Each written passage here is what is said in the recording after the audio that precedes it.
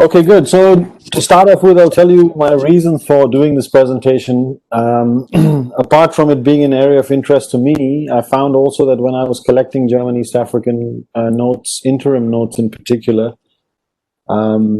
if you're a non-German speaker, literature is very difficult to come by.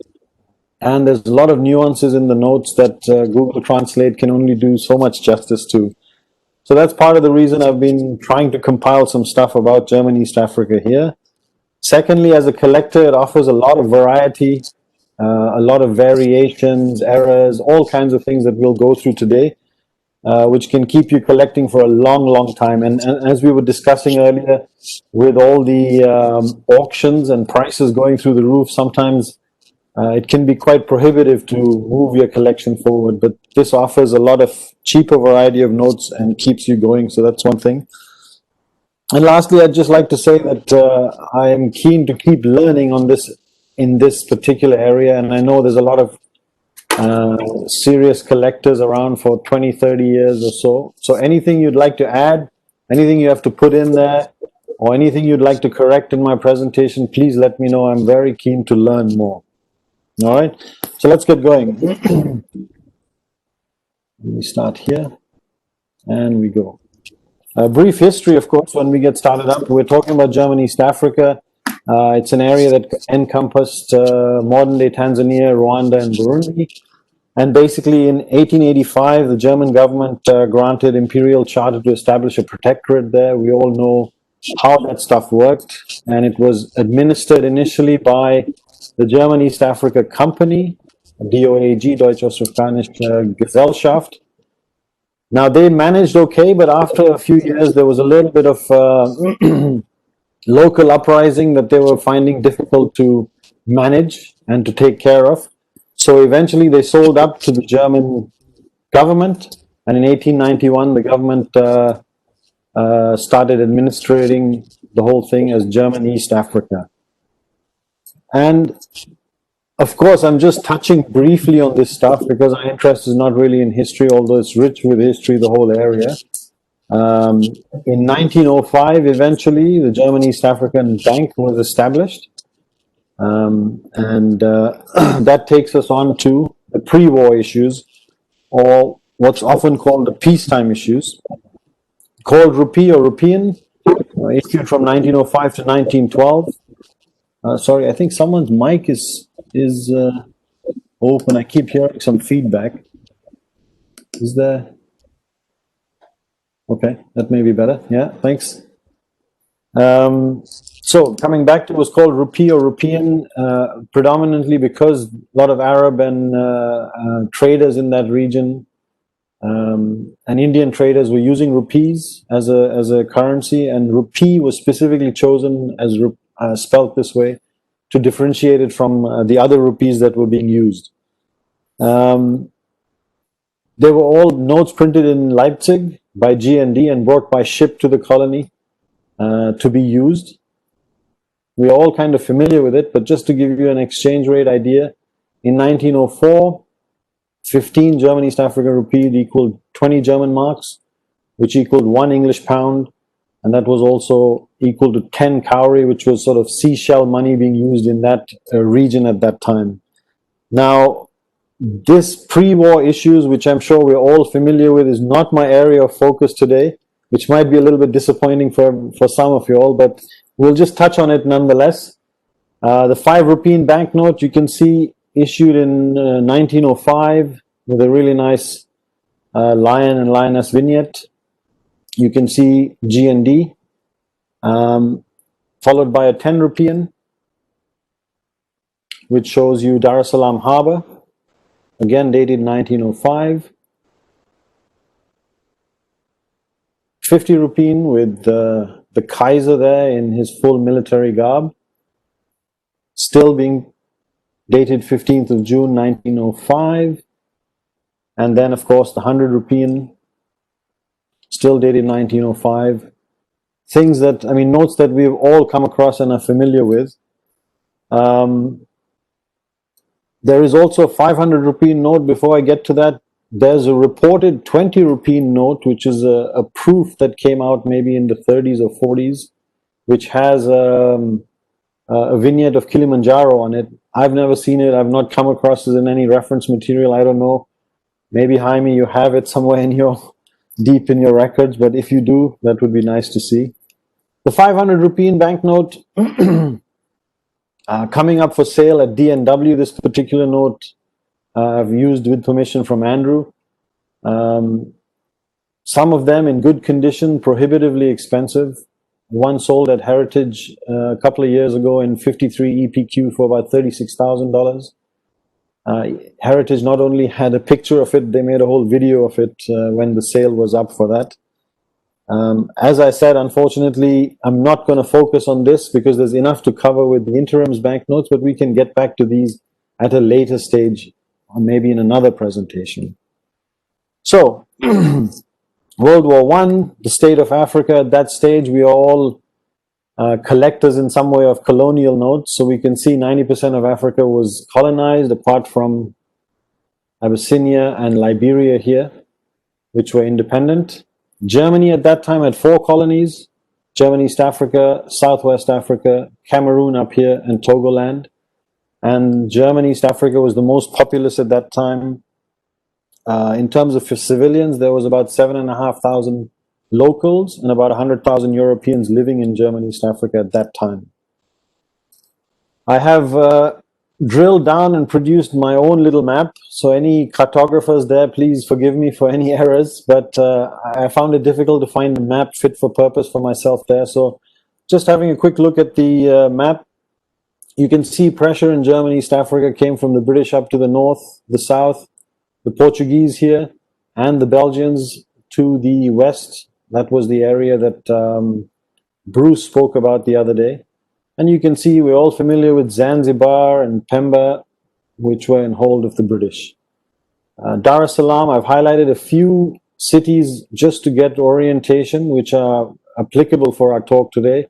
Dar es Salaam, Tabora, Kisaki, and the Rufiji River here. Now, as the war progressed, several naval skirmishes led to the colony being blockaded, and so it was cut off from Germany. So no banknotes were coming in, and neither was any paper, in essence. So people started hoarding coins, and that led to a shortage. And eventually, the governor authorized the German East African Bank to start issuing notes of denominations 1, 5, 10, 20, 50, and 200. Now, these notes are the notes referred to as Interims notes, with the idea being that it was going to be a short-lived war and they'll be back to using their regular currency. Of course, that wasn't the case. So just to give the setting before we start looking at it, we were looking at the sort of banknotes being issued during war, very different from what we've been looking at in terms of banknotes and generally why people collect banknotes. So it's a slightly different focus, and that's why I looked at the Interims notes rather than the peacetime or the pre-war issues to look at. So the first note that they issued, though they had charter for all the notes, was the 20 rupee banknote.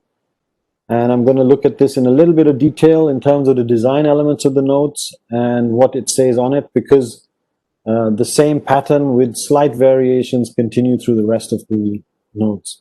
You can see immediately at the top, it says Interims banknote in red with the serial number listed on there, handwritten 5884.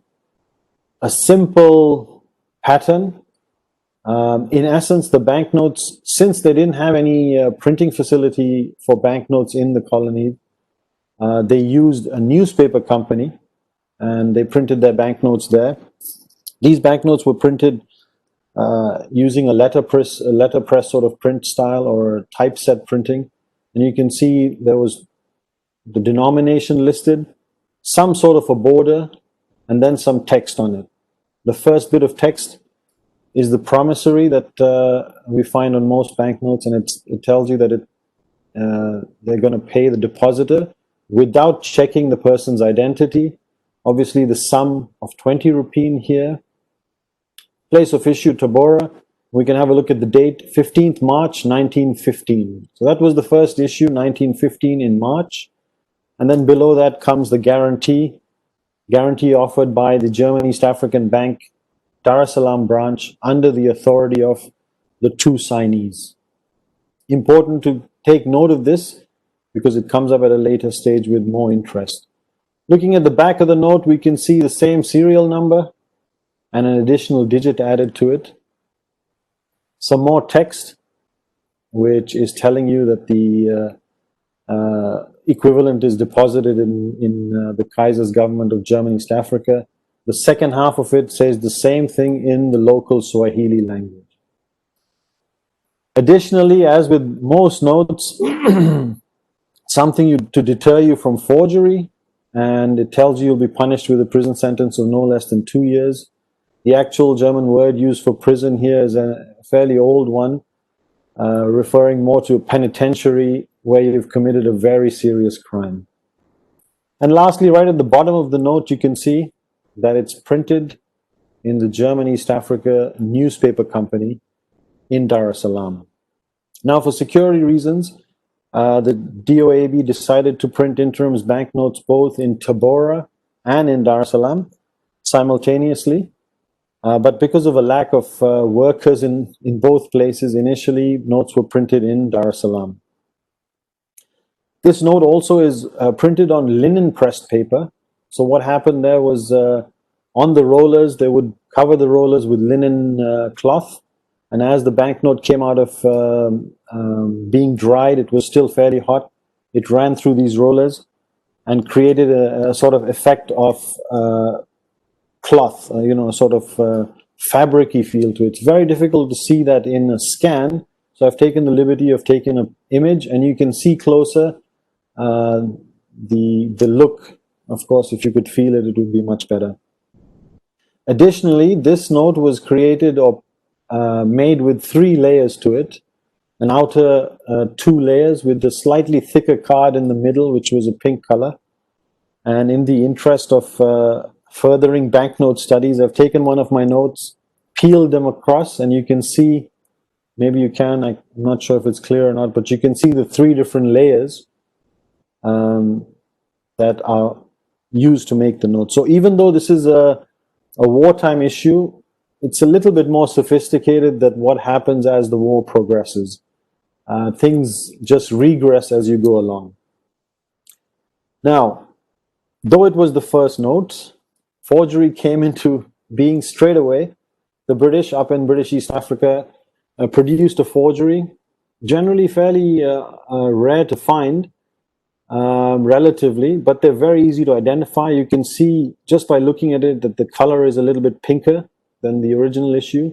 It's not a 3-layered note, so it's a slightly stiffer card sort of paper. And most obviously, the serial number in the front and the back don't match.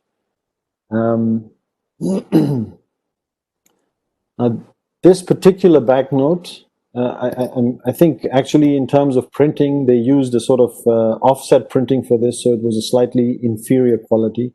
But this particular banknote comes to my collection with the provenance of from the family of a gentleman called Thomas Crawford Penn, who served in the British intelligence under the command of a person called Richard Meinherz-Hagen.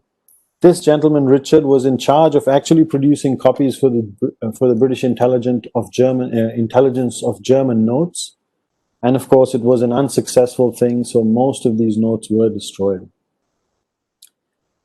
This led to the second issue of the 20 rupee notes, immediately a contrasting thing. The design of the note, you can see, stays the same. Interim's banknote is now printed in black with no serial number on it. Also, it's a March issue, yeah, and this time it's produced on jute pressed paper. So the same process as we said in terms of the linen pressed, but you can see now the sort of coarse striations of a jute sack that you would find on there. The first issue of the 20 rupee notes, they say estimate about 9,000 to 9,500 were printed. It's very difficult to come down with an exact number, but the way they've worked backwards to that is the first serial number of the second issue starts at about 9,504. So working backwards from that is what they've used to estimate that.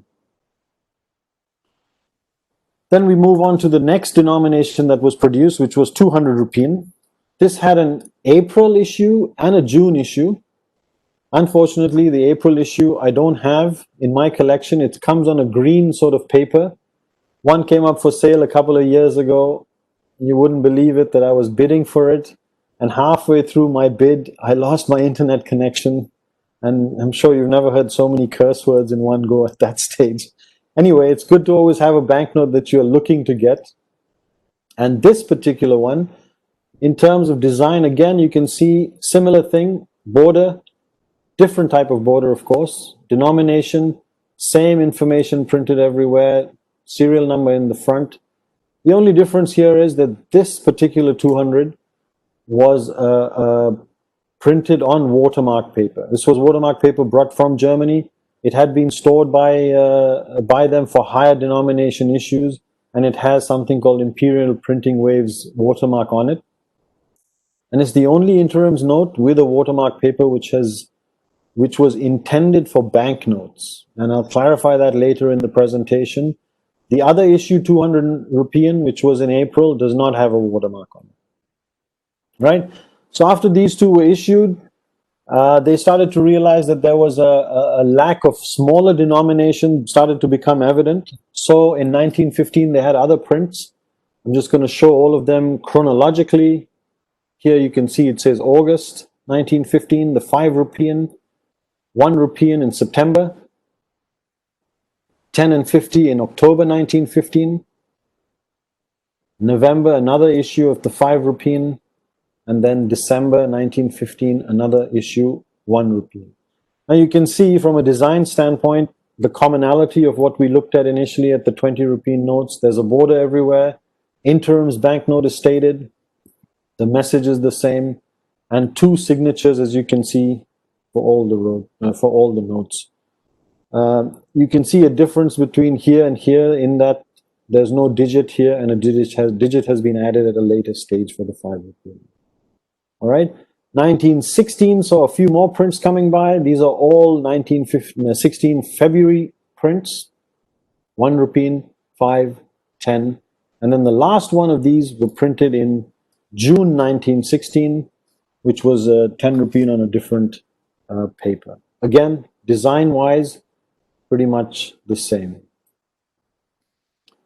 Print numbers in terms of amount of notes printed here, a total of almost 9 million notes printed.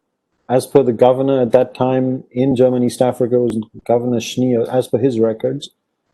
7,500 1 rupee notes, 900,000 5 rupee notes, 300,000 10 rupee notes, and the other higher denomination, each less than 100,000 each.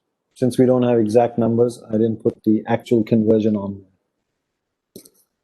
there. So now in the interim notes, we had a few design variations. Generally, they stayed more or less the same. There was a Dar es Salaam first print between September and November 1915, and you can see a slight change, as in an eagle was put in there, an imperial eagle. In December 1915, the German government was afraid that Dar es Salaam was going to be taken over and invaded, so they moved their government to Tabora, which was inland, as you would have seen from my lovely map. So from December 1915 to February 1916, they printed notes in Tabora. And in late 1915, I'm not sure exactly, or early 1916, one of the blockade breaker ships managed to get through the blockade, bringing more paper with it. And so they had a second print in Dar es Salaam. And in terms of differences here, you can see Dar es Salaam print 1 and 2 featured different eagles on them. They also had differences in the actual border. First printed 7 stars on the left side. This one had 6 and 13.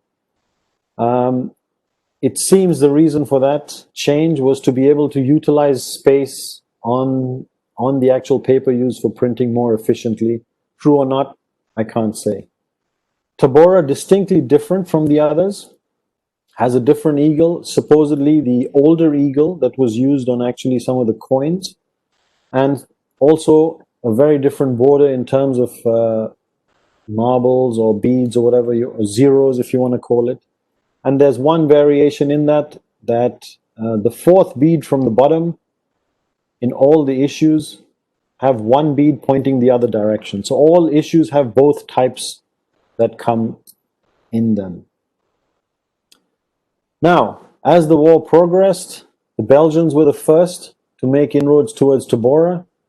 And in September 1916, the Germans were defeated. And here's an image of the Belgians coming into the town of Tabora. At that stage, a lot of the banknotes that were available and there and printed in Tabora were destroyed. Additional to the Belgians, the English also put pressure on the Germans, forcing retreat towards Kisaki. At Kisaki, as far as our interest goes, a simple and worn-out printing press was set up temporarily, which they had taken from bits from Tabora and also from parts of a ship, the Königsberg. But this lasted only a month because the British advancement was fairly fast, and this caused the Germans to leave the printing press behind and head deep into the Rufiji Delta to continue. This is where the bush notes were produced. Some of you all are familiar with it. It's a more basic style of notes, printed. Two theories are there as to how this were produced, because there was no printing press at this stage and they were deep in bush and river area. First one seems to state that on their retreat, they were able to find in some European farm a children's rubber hand stamp, which was modified and used, because you'll see it's quite a rudimentary kind of issue. Or secondly, there's also theories that a metal die cast was produced onto which a handle was attached. The source of this is from a letter of someone's memoirs, but the letter is not dated, so it's can be considered a bit unverifiable. But I'll show you what it is. You be the judge of it. In terms of design, again, you can see border, Interim's banknote stated there again. Over here it says that that we promise to pay the bearer of this note the value of 1 rupee. So the message is reduced, German East African Bank. Again, as I pointed out earlier, it says over here, still Dar es Salaam, although Dar es Salaam was occupied by the forces, it's still giving you Dar es Salaam and giving you a guarantee by these two signatures. In terms of date here, you can see this is now, we've shifted to July 1917 as the troops have retreated. And the back of the note is even simpler. You have a serial number. This one is fairly towards the start of the notes. ER series, 1 rupee showed there, and an imperial eagle printed there, but very basic, very simple. The other denominations of bush notes, 5 rupees, a 10 rupees. You can see just the denomination changing here, and the 50 rupee note. Now, as a result, you can see that I'll go back a little. This was the last of the notes printed in terms of bush notes, and you can see the date here, October 1917, and that was it as far as all the notes produced in the German East Africa goes. I shifted to the next one because, as you know, due to the blockade, paper was not coming in. So anything that was available was being used to print. And as a result, we have various colors, varieties, thickness of banknotes that were issued on different types of paper. You can see a color spectrum spanning from blue to light green, cream, brown, different shades of brown. Additional to plain paper, parcel wrapping paper, they say, which is, if you're able to feel it, it's a little bit thicker than regular paper, but a little bit thinner than card paper. And of course, card paper was also used in a variety of color, thickness of card and stiffness of card, just whatever was available.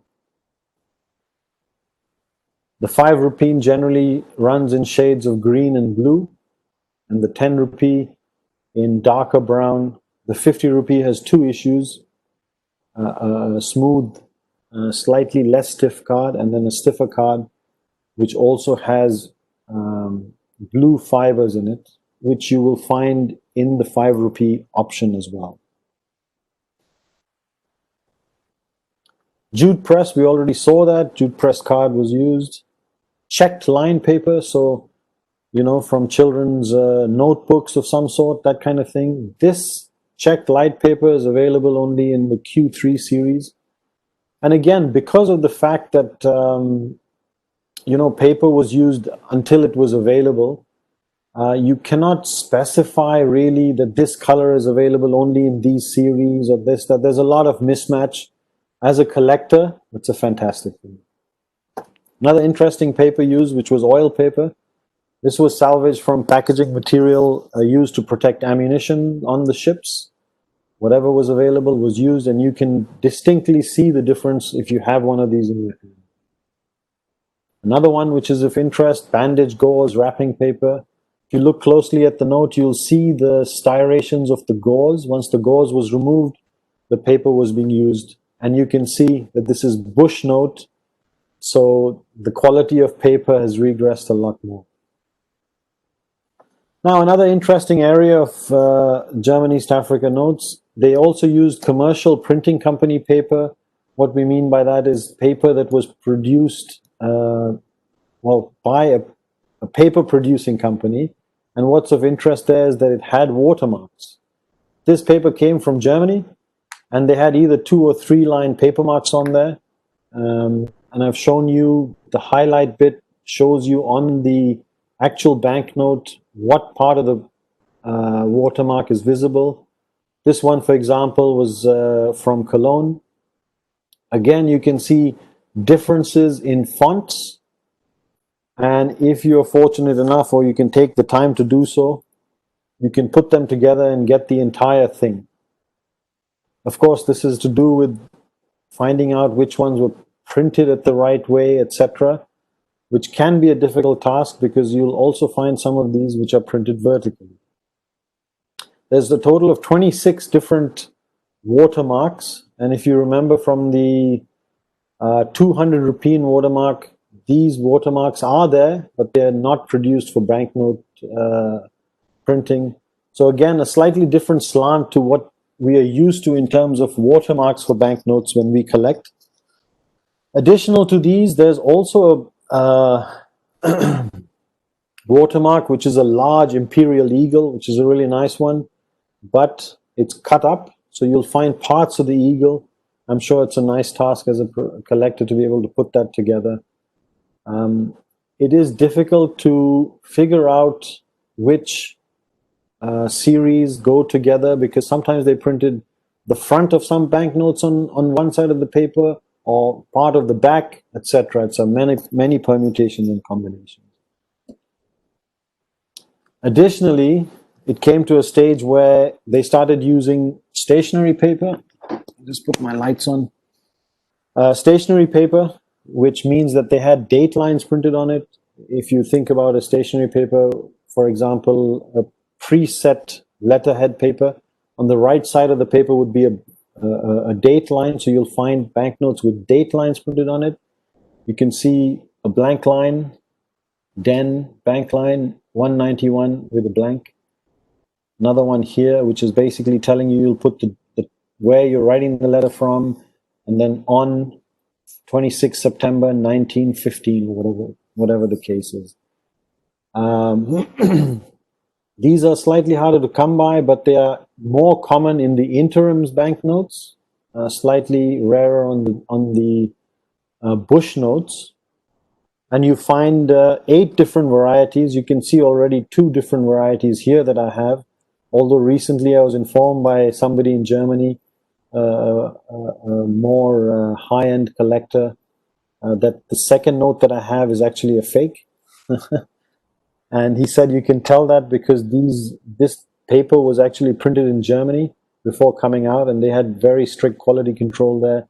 And you can see just by looking at this that the quality is rather poor. So this may be somebody printing on it and trying to ply their luck here. if you imagine a letterhead paper, on the left side of this date would be the actual letterhead of the pre-printed letterhead of the sender.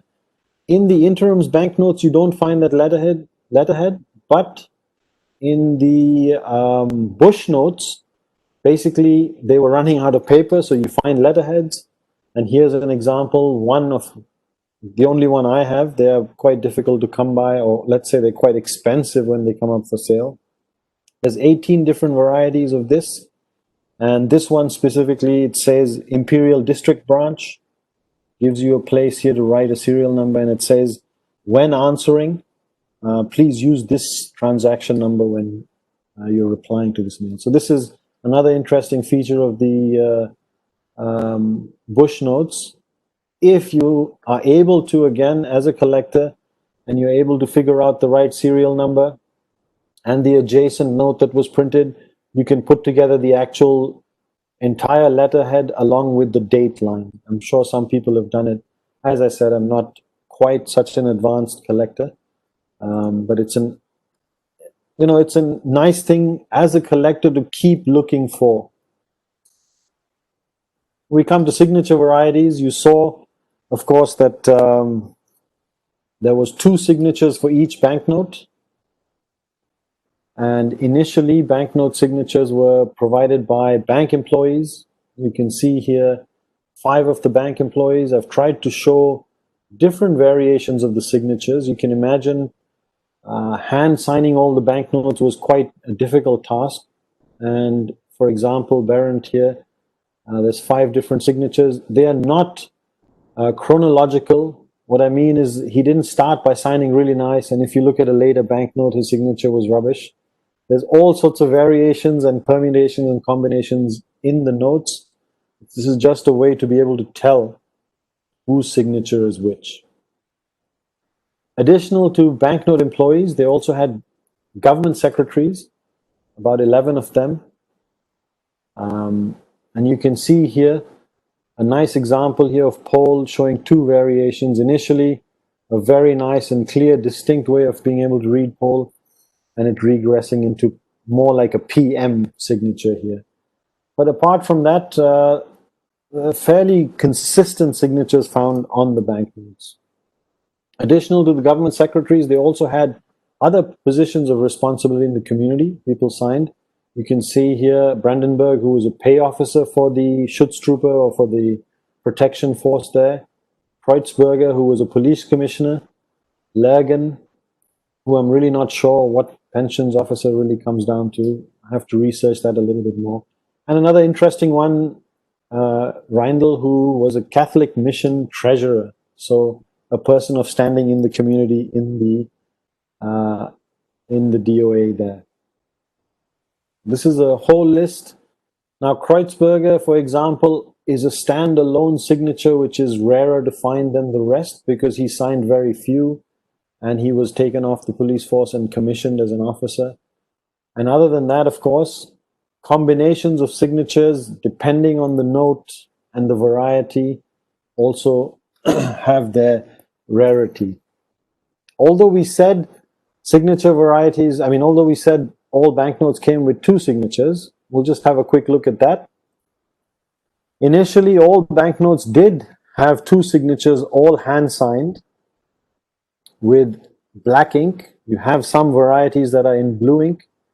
But as time went on, they managed to print one of the signatures on the side for Frühling. He was a bank director, so they decided, okay, we'll print his signature and one signature on the other side. And you can see the print of the Frühling is also in different font. And if you were listening carefully, you can tell that this was Dar es Salaam issue and this was a Tabora issue, hence the difference. Now, as all this was happening, I think there was a pharmacist who also came up with a way of stamping signatures. So you have one signature handwritten and the other signature stamped. Generally, you'll find that those are in purple or violet in color, and you have variations in blue and a black as well. And of course, eventually it ended up that both signatures would be just stamped. And most of the time, these are these 2 signatures, Berendt and Frühling. Coming to the bush notes, you'll see a commonality here in terms of signatures. Interestingly, only Stelling and Kirst signed all of them. All denominations were, which is a total of 450,000 of the bush notes, was hand signed by these two gentlemen who were both workers in the German East Africa Bank, and it was over a period of 17 months, which averages to about 800, a little over 800 notes a day. And first-hand accounts, as I've written here, seem to indicate that sometimes they signed about 5,000 to 6,000 notes a day. Now, I don't know if there's some hyperbole used there or not, but seems quite a lot. But if you look at this, all the notes, surprisingly consistent. It's very easy to tell that the Stelling and Kirst who have signed these notes.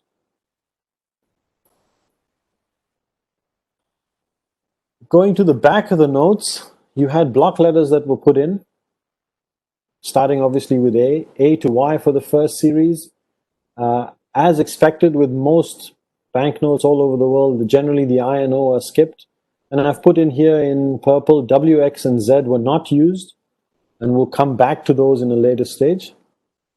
Second series, you can see the number 2 added, and after F, they also added a purple stripe across there, which said inside a stylized design there, which said Einer rupee printed there.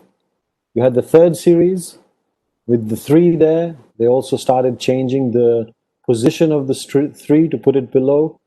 And then you had the fourth series, which came only in A4 and was actually printed in a dark green ink or a slightly lighter green ink. So it's the only notes that were printed not in black ink. You can see also a variation in the fonts, serif font, sans serif, a stylized font. You have the old Gothic font. So again, as a collector, it's providing a lot of variety. These notes are not expensive. They're about, go for between 10 to 20 euros, the cheaper ones. So it's quite good and easy to collect and build your collection. The 5 rupee initially had no block letters because it was the first one that came out after the 200 rupee note. And after that, they put in the alphabets from B to H. I've given 2 examples here because, again, the placement of the block letters also varies. You'll find a lot of variation there. In the middle, slightly higher, left and right in the corner, etc., etc., etc. Providing, again, good fun for you as a collector. With the 5 rupees, after series E onwards, they also added a stylized DOAB symbol, German East Africa Bank symbol, in the top right and bottom left-hand corner, either in black ink or in purple ink. The 10 rupee had only series B, and the 50 rupees had only had no series printed on the back of it. Coming to the serial numbers, they had 4 or 5 digits usually. Each series supposedly had 999 notes issued in theory, but of course, not all were issued. So it becomes an interesting collecting exercise to know what are the sort of boundary series numbers for all the notes. There are some published, but it's also nice as a collector. You might pick up a note that hasn't been seen before, that's a new series number or whatever, just because it hasn't come up before, the control number. Now, these serial numbers were actually locals, and school children were given packages of notes, in some cases to stamp the serial numbers. And you find a variety of different sizes of the digits. You have small size, medium, and large size digits. I have oversimplified this. Just by looking at it, you can see when you look at small size digits, there's a slight difference in size between these two.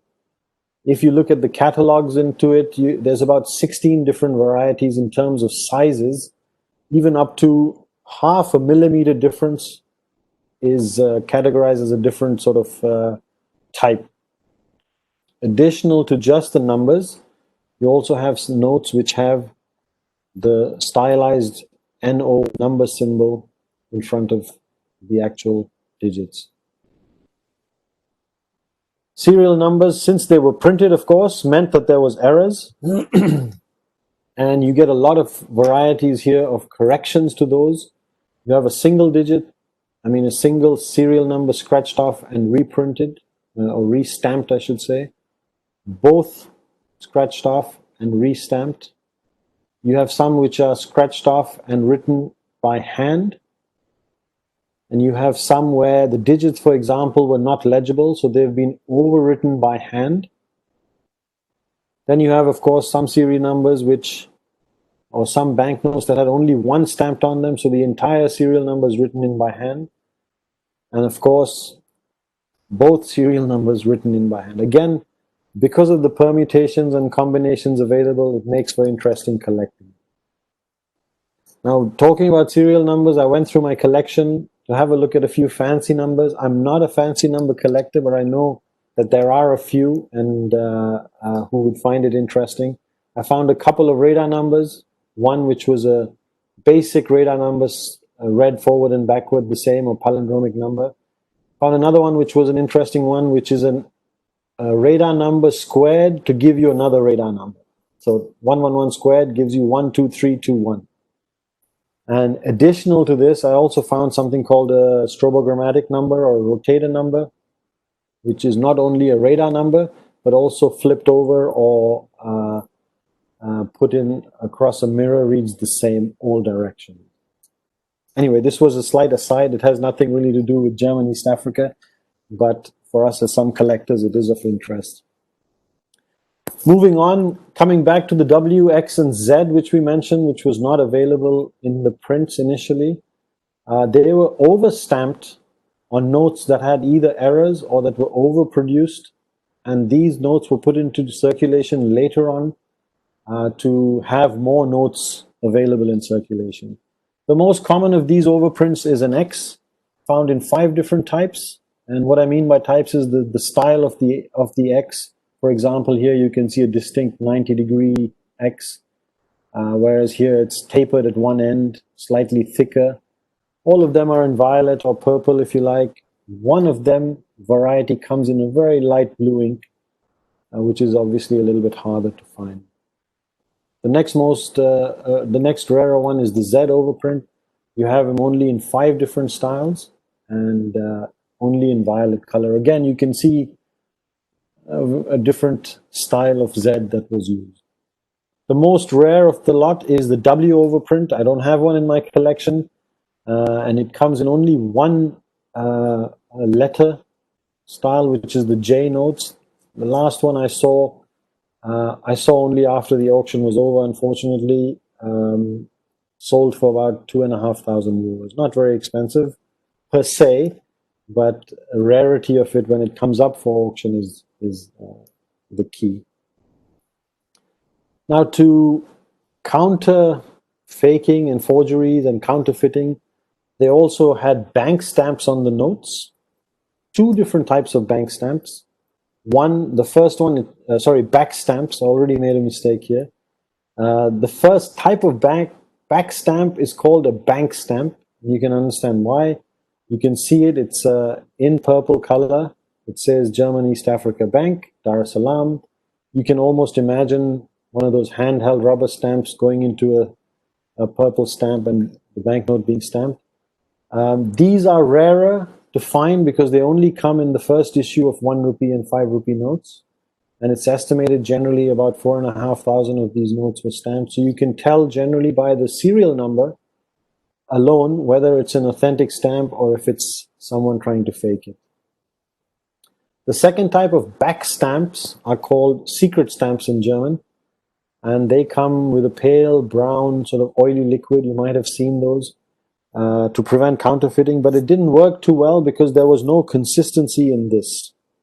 There was many types of stamps, and you'll find that as things progressed in the war, the stamp quality note deteriorated. Initially, the notes were things that made sense. For example, you had a round stamp, the same one as the bank stamp, but in brown ink. Then you had an oval stamp, which also said Deutsche Ostafrikanische Bank, Dar es Salaam. We went on to them printing actual town names, you find only Dar es Salaam and Tabora. It's generally a bit harder to read the Dar es Salaam and often found upside down.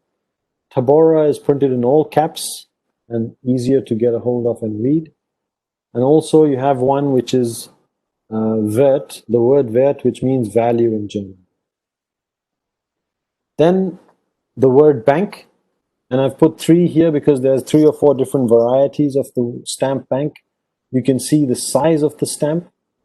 You can see also here the horizontal bar for the A missing as compared to here. So again, just the word bank providing a lot of ample opportunity to a collector. From bank, it went on to abbreviations, right? So you can see abbreviations for the German East Africa Bank stamped in a small, medium, large size stamp, also a skinny stamp. And though these were considered back stamp, you started getting them on the front of notes because on the later notes you had that diagonal purple stylized stamp, so they started putting the stamps on the front of the note. Then it went into 2-letter abbreviations, SJ. In all honesty, I don't know what SJ stands for yet. I'm still working on that. And at this stage, you also found multiple stamps on the same note. Here, for example, you can see SJ and DOAB. So it regressed from here into single alphabet notes, single letter notes. You can see M, W, V, and N, all put together with sort of single bars in different ways. So these are very common on both sides. And again, as I've said many times before, there's no set sort of boundaries where you can say W is found only in this series, only this serial number, only. They're all over the place, making it interesting as a collector. The letter D, however, was taken from the DOAB stamp and only used in D, and that is found only in one series L2. It's the rarer of the single back stamps to find. Things regressed more, went from letters to just bars, went for vertical bars, short, varying between 5 down to 1. I only have 4 and 2 to show here. They're very easy to find, not difficult to put into one's collection. And then from vertical bars, it went into being a horizontal single thick bar. Okay. On the back of banknotes, you also get Ascari signatures. Ascaris were soldiers, locals who were conscripted into the military and soldiers who fought on behalf of the German East Africa. And you had locals who oversaw some of the quality controls in terms of counting, stamping, etc. of the notes. And they would write their name or initial on the back of notes.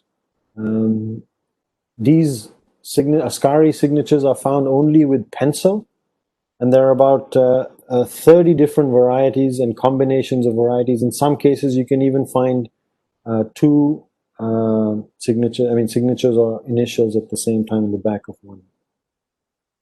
Additionally, on the back of some banknotes, you also find non-official German signatures. These are in pen. I don't have a copy in mine. Obviously harder to come by.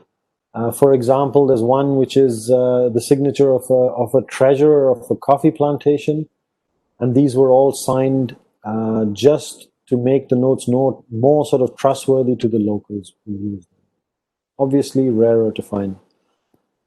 And additional to this, on the back of some notes, you find a mission stamp. So one of the missions, the Herrenhut mission, that was located in a place called Sekonge, which is just south of Tabora. Also, nothing official about this stamp. It was just to make the note more trustworthy for the locals there. Moving forward, there's also postage stamps that you find on the back of some of the Interim's notes. Portuguese colonial postage stamps. One or a few of the post offices in Germany were on the south side, in Germany, East Africa, were on the southern end of the coastal area, which was bordering Portugal. bordering Portuguese East Africa. And for some reason, these colonial stamps, I don't know if it was for duty or for what reason. So these are even rarer to find. And there have also been a few fakes known in the market of this. Coming to bushnote variations, they were printed for 1 rupees in different ink colors. The purple is rarer to find, and it's found only in the FP series. And in the back, you can find, I've put the 4 different series variations: ER, EP, FP, and IP.